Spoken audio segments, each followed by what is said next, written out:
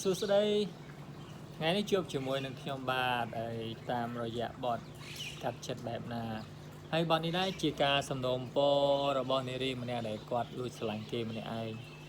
ចឹងទៅតាមរយៈបទពិសោធន៍ដែលខ្ញុំធ្លាប់លួចស្រឡាញ់គេមកប្រហែលជា1 លាននាក់ចឹងខ្ញុំដឹងថាវាឈឺចាប់ដោយសារតែស្នេហាតែម្ខាង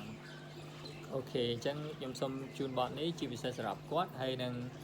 បងប្អូនទាំងអស់គ្នាទុកជាទីសម្ដាប់ប៉ុន្តែសូមអធិស្ឋានដោយសារតែខ្ញុំមិនមែនជាតារាចម្រៀងទេតែដោយសារតែជាប់តំបន់កំហំបិទខ្ទប់រយៈពេល1 អាទិត្យមិនមានអីធ្វើហើយម្យ៉ាងចង់ច្រៀងឲ្យវា release stress បញ្ហាផ្សេងឲ្យវារសាត់ទៅតាមវីដេអូបទចម្រៀងហើយ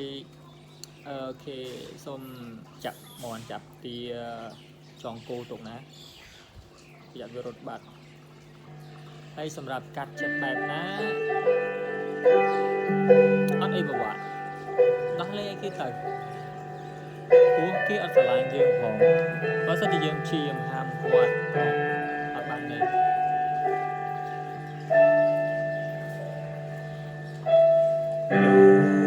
ស្រឡាញ់គេម្នាក់ឯងដឹងហើយវាមិនជាឈឺចាំតែនៅតែបន្តព្រោះហាមមិនស្ដាប់បេះដូងងំងល់នឹងគេដឹងថាមិនអាចទៅតែ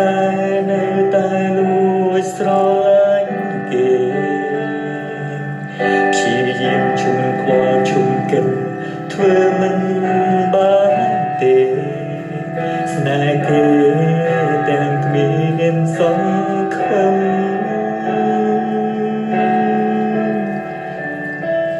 តើគួរកាន់ចិនបែបណាទៅ